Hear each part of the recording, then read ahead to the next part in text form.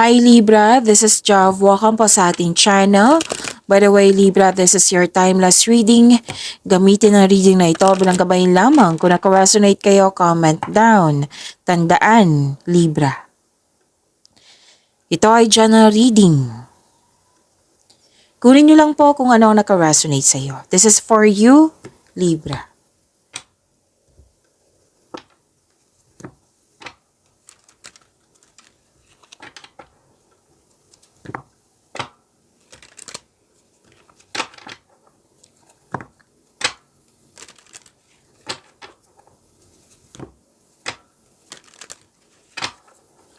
Para pa ito sa iyo, Libra.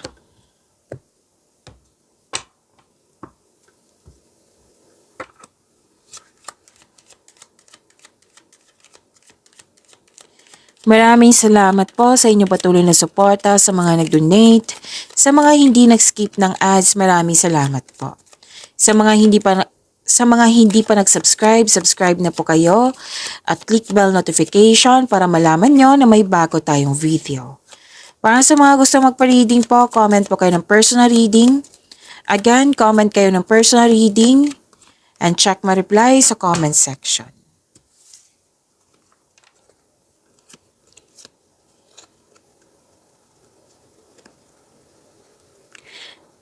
May importanteng ganap sa passion niyo po. May importanteng desisyon din.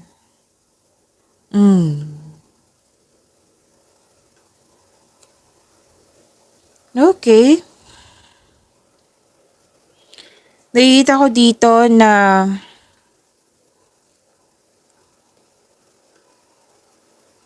okay. May proposal, may nagkasundo kayong dalawa. Nagkasundo kayo, pwedeng deal, agreement, commitment, promises, signing of contract, pwede din bagong pasok sa relasyon, bagong pasok sa connection sa isang tao, pwede din na proposal, engagement, kasal, ikakasal, or nag-uusap sa marriage contract. Okay? Basta kayong dalawa po ito. So, ingat na lang po ha, kasi may nakita ako dito, Libra, na mukhang may argument. May argument na sinabi dito. So, ingat na lang. Kung may nag-provoke sa inyo dyan, para mainis ka, para magalit ka, try to inhale, exhale.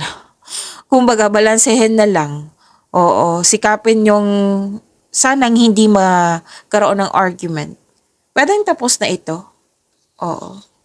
Nagalit ka dito eh. Kasi nasaktan ka. Nagkaroon ng argument.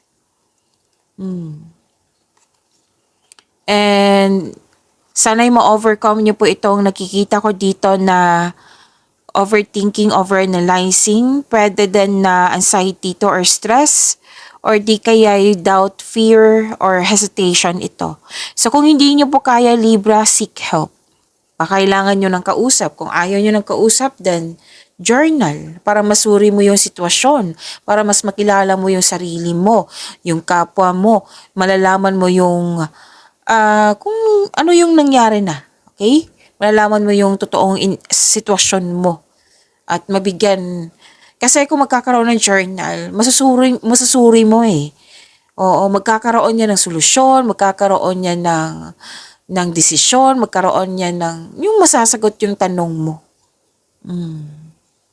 Para malipat yun din yung bigat ng nararamdaman mo sa pahina. Yan. Yes, actually malaking tulong talaga yung journal. Pero if you're not into sa journal or diary, kung gusto mong may kausap, then go ahead. Pero piliin mo yung may kausap ka na alam mo makapagbigay siya ng wisdom message sa iyo. Yung piliin nyo po yung may alam na sa buhay, may experiences na sa buhay. Baka nag-open up ka dyan, bata pa sa iyo na hindi pa enough yung experience niya. Oo. Tapos, ayun, piliin nyo po yung may matutulungan ka. Yung makapagbigay ng wisdom message sa iyo na, yung hindi judger. Oo, yung sabihan ka, kasalanan mo naman eh. Yun. Yung nag-open up ka tapos pagalitan ka pa. So, Minsan may tao talaga, may tao din na, 'di ba? May tao na gusto lang may makinig. So, hanap kayo ng yung genuine na tao na marunong makinig, na hindi judger, kung pwede po, kung okay sa iyo.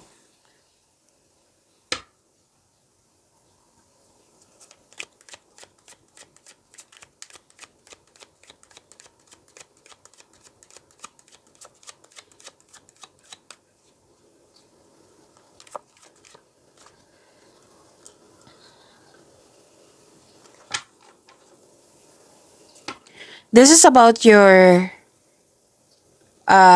energy, Libra.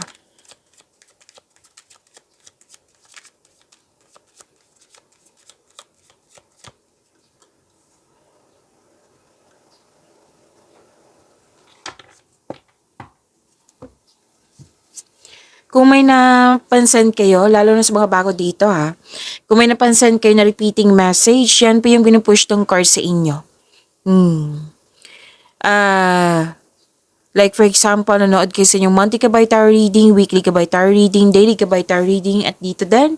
At may napansin kayo na repeating message, yan po yung pinupush tong card sa inyo na kailangan yung bigyan ng atensyon, solusyon at aksyon kung maaari po. So, ano yung energy ni Libra?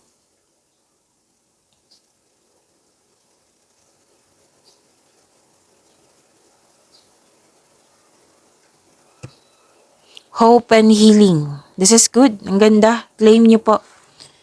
Pag-asa. May healing. May pagbabago na mangyayari na makakabuti sa'yo. May opportunities. Opportunities po. May nagkaayos. Malaki ang tiwala mo. May unexpected help. Yes. May pag-asa kang madama, maging positibo at gumawa ng paraan, Libra. So this card offers hope and guidance. Kung nahihirapan ka ngayon, have faith that your luck is about to change for the better. Oo. Maaari din inspired ka to create beauty and style in your home. Pwedeng magpa-renovate, pwedeng nag-ayos ka dyan sa bahay, general cleaning. Oo. And this card tells you all your dreams are coming true. Again, all your dreams are coming true. Baka nag-self-pity ng ilan sa inyo dyan, ha? So, sinabi yung card dito, oh. Ang iyong pangarap, oo,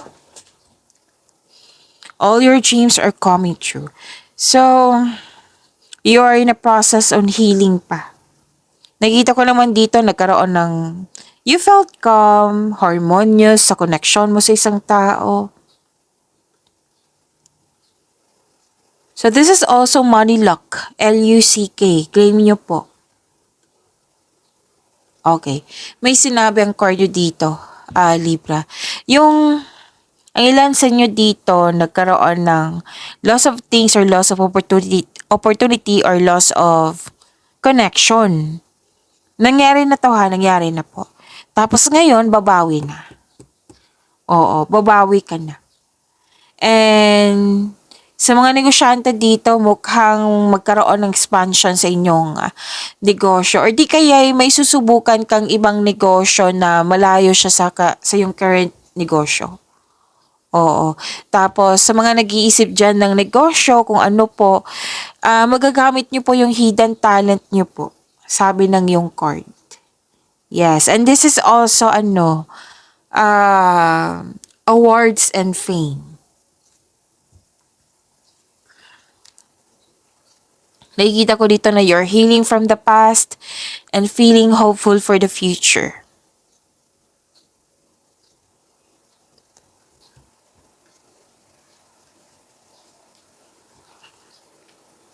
Oh, may celebration, togetherness. Okay, kailangan ko mag-stop kasi parang nahihirapan talaga akong magsalita.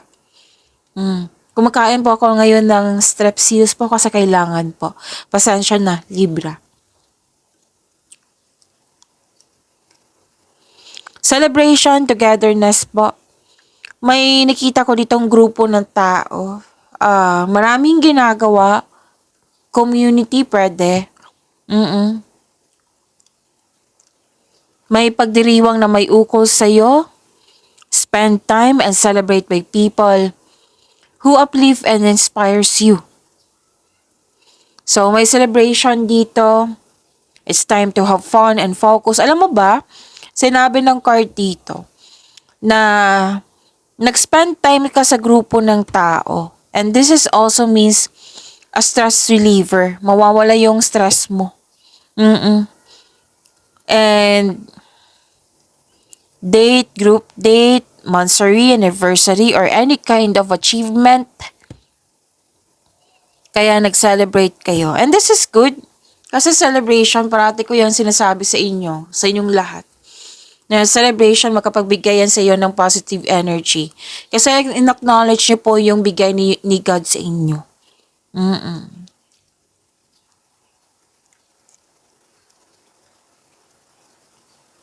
May ganap din na groupings or collaboration. Okay? Itong mga taong to ay very supportive sa iyo, Libra. May company outing nga ako nakikita dito. Oh. So, claim niyo po. Ang ganda ng card niyo po.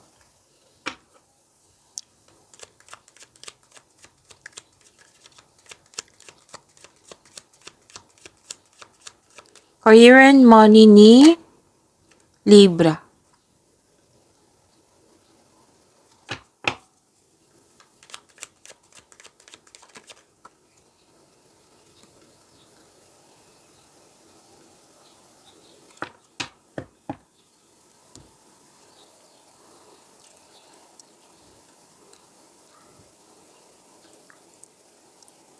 Opportunity pa rin. Diba may sabi dito na opportunities or unexpected help?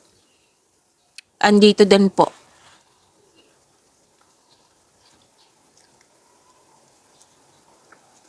May parating na offer, new opportunity or project na very excited ka. And marahil ang yung boss nag-o-offer sa'yo ng much needed support. Pwede din na promotion. Oh. Ito na naman si Miss Jav. Promotion, hindi nagsisinungaling yung cards mo dito. Kung ayaw nyo tanggapin, na ibigay nyo po sa iba. Siyempre, i-claim nyo yan kasi, di ba, promotion. Pag-level up nyo yan. Pwede ng pagtaas ng kita, sweldo, allowance, or ng iyong posisyon, maraming orders. Pwede din na, like for example, wala kang trabaho or retired ka. Pwede din sa mahal mo sa buhay, taong malapit sa iyo na may promotion na nangyari sa kanya at kasama ka sa kanyang tagumpay. Tagumpay niya, tagumpay mo rin. Kung feeling mo stagnant kayo ngayon, yung pwede din na bored, or stagnation.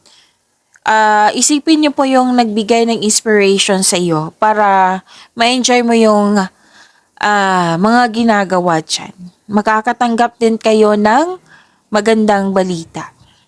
Maaring may bago kayong kasamahan dyan or bagong gamit na tuwang-tuwa ka. Oo, pwedeng bagong kasamahan din to ha.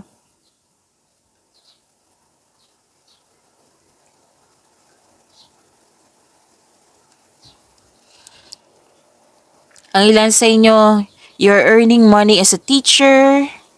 Kung sino man yung nagtuturo, professor, instructor,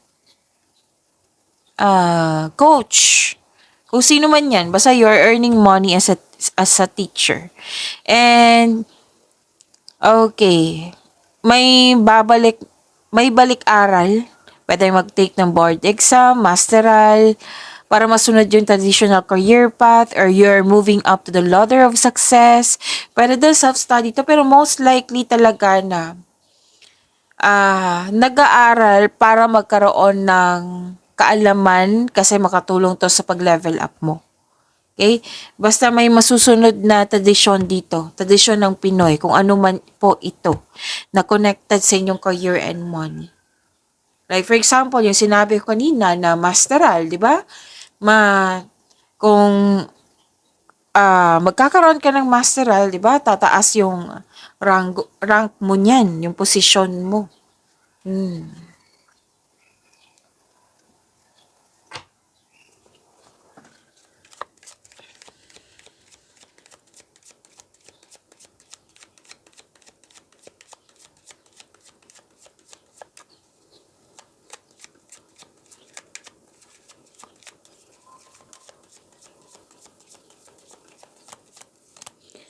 This is about your love life, self-love, partnership, and romance, Libra.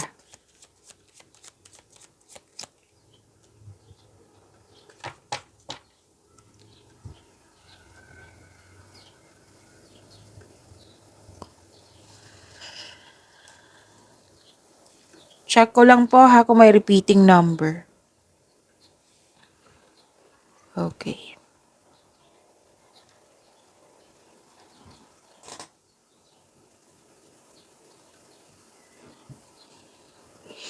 You're walking away. Nagkaroon ng moving on. Pwedeng literal na mag-aalis or pag-atras, pagtakas sa isang sitwasyon. Or yung nagpasya ka na move on na, mag-move on ka na sa mga nangyari. Oo. Pwede din literal to na mag-alis ha, or tumiwalag, pwede. Basta, nakikita ko dito, single ka man marelasyon sa buhay mag-asawa, gumagawa ka ng aksyon para magkaroon ng growth. Basta gagawa ka ng aksyon para magkaroon ng growth. Yan. Like for example, naging toxic na, pwedeng umiwas ka ngayon, pwedeng nagkaroon ng space, or literal talaga na umalis ka. Oo. Gumawa kayo ng aksyon. Yan. Yung ready ka ng mag-move forward or ready ka ng iwan. Kasi itong sinabi ng card dito, nakapagpasya ka na talaga. This is action na. Nakadesisyon na, tapos binigyan na ng action. Single ka man ha, marelasyon sa buhay mag-asawa po.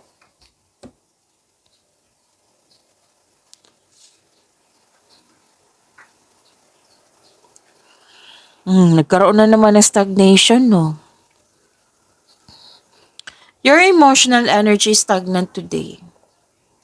Single ka man, marelasyon sa buhay mag-asawa. Yung pagwawalang kilos, oo. Pwede din na, ano to stuck sa mga nangyari sa nakaraan. Pwedeng may nagawa, may nasabi, na hanggang ngayon stuck ka sa mga nangyari. Pwedeng trauma ito. Ang ilan nga dito, nang dahil sa issue. Lalo na sa mga single, ayaw nyo pang magkaroon ng relasyon. Pero then, yung partner mo, may nasabi sa'yo, may nagawa po. Tapos, may issue talaga na nahihirapan ka. You're feeling stuck nga. Nawala ng interest, nawala ng gana, pagwawalang kilos, yan talaga nakikita ko. Pwede din bored. Oo. Pwede din po na may alok sa yung partner mo or kaibigan mo. Pero usually partner to Tapos pinag-isipan mo or kailangan may piliin yan. Kasi nakita ko dito, guarded ka. Naging guarded ka kasi may fear. Fear kasi yung trauma Fear yung stuck. Feeling stuck? Fear po yan. Natandaan nyo yung sinabi ko kanina dito? Na may nakita kong doubt, fear, hesitation. Nag-clarify po siya dito. So, yung advice ng card, Libra, forgiveness. Lalo na sa sarili mo. Tulungan mo yung sarili mo. Forgive yourself. Kasi kung wala kang gagawin, stagnation, yung sinabi kanina, magiging mas magiging mabibigatan ka sa dala-dala mong baggages. So, you have to release it. May selos nga ako nakikita dito or inggit. Naiirita ka din sa mga tanong ng tanong sa'yo. Pero huwag kayong mag-alala, sinabi naman ng court dito na you need to slow down, magiging maayos din ito. Maging ano kayo, manindigan kayo sa inyong desisyon, mas unahin nyo po yung, mas piliin nyo po yung logical kaysa sa emotion. Balansehin. Opo. So, pag-imanin nyo po yung blessings sa binigay sa inyo, Libra. See you tomorrow. Maraming salamat po.